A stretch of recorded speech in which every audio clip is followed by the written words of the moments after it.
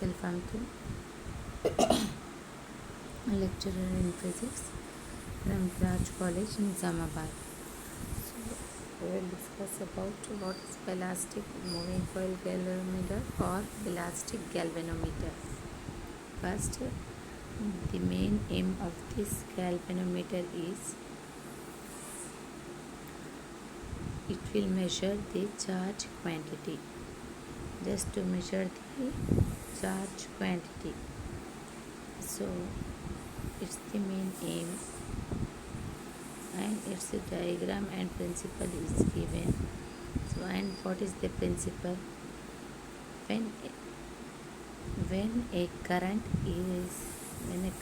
carrying coil is placed in a magnetic field, torque is acting on the coil. This is the principle of the elastic galvanometer. First, it will measure the charge quantity, its aim, and whenever we are placing, suppose we are placing a current carrying coil, means a coil in which current is passing. If we are placing such coil in which current is passing, then if that coil is placed in the magnetic field, then torque is acting on the coil. And construction, see the construction, see the diagram. According to that diagram, it is having, see, it is shown in figure that it consists of a rectangular coils PQRS. PQRS is a rectangular coil of large number of turns. This coil having number of turns. PQRS has number of turns.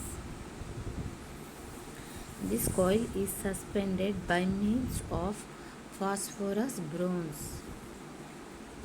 Here upside phosphorus bronze is where is there between poles of magnets. Okay, that is North Pole and South Pole. It is connected to see this diagram. PQRS is a rectangular coil which is having number of turns, and it is suspended by means of bronze between the poles of the magnet, that is North and South Pole.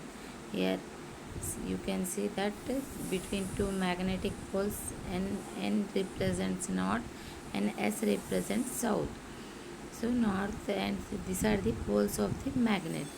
Between this we are keeping this coil with the help of phosphorus bronze wire. Okay, and see to the lower ends. The lower end of the coil is attached to the spring. Here downside you can see the spring. Lower end of the coil is attached to the spring of phosphorus bronze wire. Okay, again the spring is connected to terminal T2. This spring is connected to T2 terminal. Okay, upside of this coil is connected with the phosphorus bronze wire, and down is connected to the spring. Again that spring is connected to second terminal T2. Okay, and the upper end of the coil is connected by terminal T1. Okay, the upper end of the coil is connected with the terminal T1 through the mirror M. So by using a scale arrangement, we can record the deflection in the coil. By using that scale arrangement, we can see the deflections, or we can record these deflections in the coil. Okay, this is the construction of the coil. What is this? PQRS is a rectangular coil. NS is the poles of the magnet, that is North and South. The upper end is connected to the terminal 1 with the help of phosphorus bronze wire, in which middle M is the mirror, and lower is connected to T2 terminal. In between spring is there. So what is the theory? So when When the charge is passed through the coil, how it works we will see. Whenever the charge is passing in the coil, pass through a galvanometer. Suppose charge is passing in the through a galvanometer, it gives an torque, angular impulse or torque, okay, to the coil. Whenever the charge is passing through a galvanometer, it will produce angular impulse or torque to the coil, okay.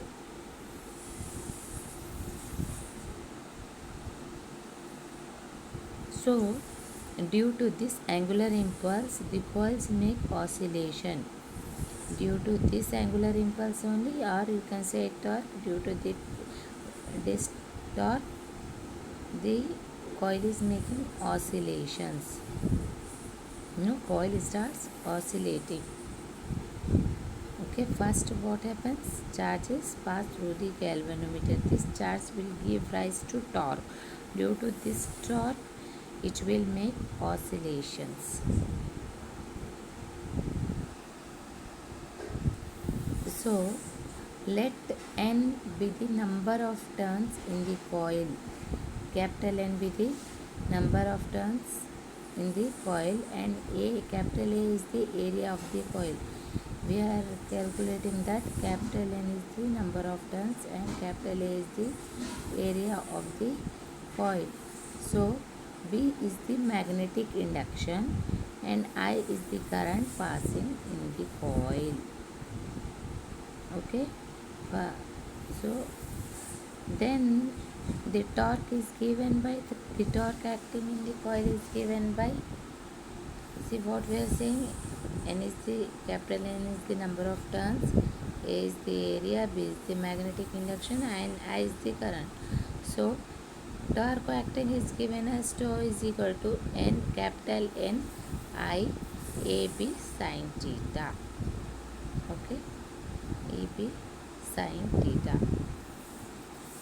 And suppose if theta is equal to 90 degree, then we can write it as tau is equal to NIAB. Okay, tau is equal to NIAB. So the torque acting on the coil for a short interval of time dt is given. This is the torque acting on the coil for a short interval of time. So the angular impulse of torque is given as tau is equal to NIAB dt. Okay, for a short interval of time dt, torque is taken as NIAB dt.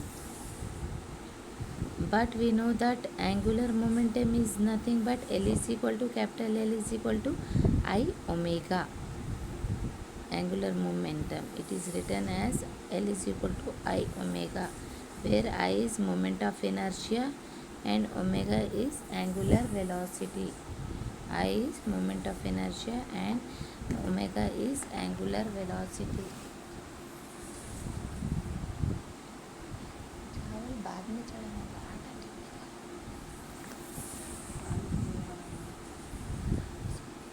Then from just give this equations name as, wherever you are getting tau is equal to NIAB, that is equation 1, and the angular momentum L is equal to I omega is, and you are getting torque is equal to NIAB dt, that is give equation 2, and L is equal to I omega give equation 3. So from these equations what we can write, from equation 2 and 3 what we can write, L I omega is equal to